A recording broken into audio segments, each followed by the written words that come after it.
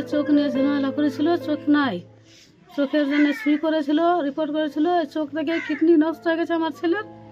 ছেলের দুটো কিডনি নষ্ট, সাহায্যের জন্য দুয়ারে দুয়ারে ঘুরছে বাবা মা।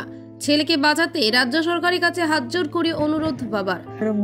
বলছি আমার জন্য সরকার আমাদের জন্য করো, আবেদন করো যে আমাদের সহযোগিতা করতে পারে।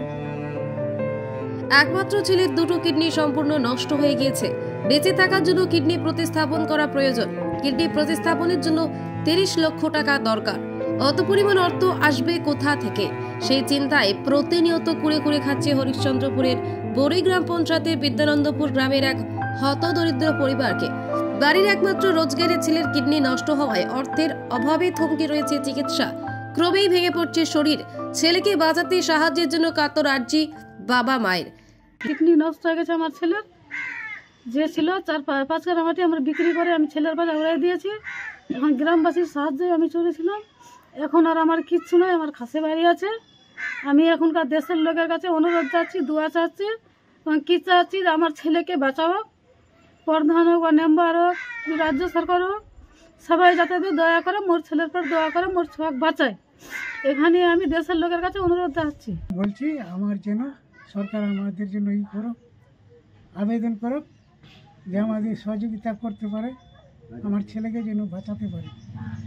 আমার ছেলের কিডনির সমস্যা আছে, দুটাই কিডনি শেষ। বসে বসে খাওয়াচ্ছি, ধরে নিয়ে বেড়াচ্ছি। ও চলাফেরার তাগত পাচ্ছে না। আর আমিও শেষে আছি, আমার পা ভাঙা আছে, আমার অর্থ নাই। 5 কাঠা মাটি ছিল, বিক্রি করে আমি ছেলেকে ভালো করার চেষ্টা করেছিলাম, কিন্তু পারলাম না। বন্ধন নিয়েছি, তাতেও জুটতে পারছি না। প্রায় 8-10 লাখ টাকা খরচা হয়ে গেছে। আমার আর সম্বল নাই। আমার বাড়িতে 5টি লোকেরও অসুস্থ। বিদ্যানন্দপুর গ্রামের বাসিন্দা নাজিরুল ইসলাম, তার একমাত্র ছেলে আশরাফ আলী, বয়স 25। দুটো কিডনি সম্পূর্ণ নষ্ট হয়ে গিয়েছে।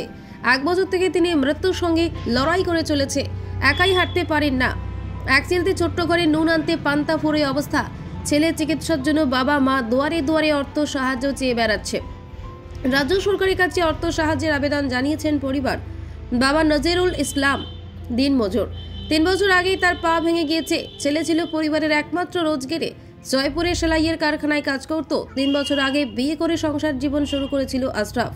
বিয়ের পর খুব সুন্দরভাবেই জীবন অতিবাহিত করছিল। হঠাৎ একদিন চোখের সমস্যা হয়। এরপর প্রচন্ড শরীর খারাপের পর জানা যায় আশরাফের দুটো কিডনি প্রায় নষ্টের মুখে। বাবা নাজিরুল বলেন, আমার ছেলের দুটো কিডনি নষ্ট হয়ে গিয়েছে। ছেলের চিকিৎসার জন্য শেষ সম্বল 5 কাঠা জমি বিক্রি করে দিয়েছি। লোন নিয়ে কলকাতা, ব্যাঙ্গালোর ও কাটিহার চিকিৎসা করিয়েছি। ইতিমধ্যে প্রায় 10 লক্ষ টাকা শেষ হয়ে গিয়েছে। তবে কিডনি প্রতিস্থাপনের জন্য প্রচুর অর্থের প্রয়োজন।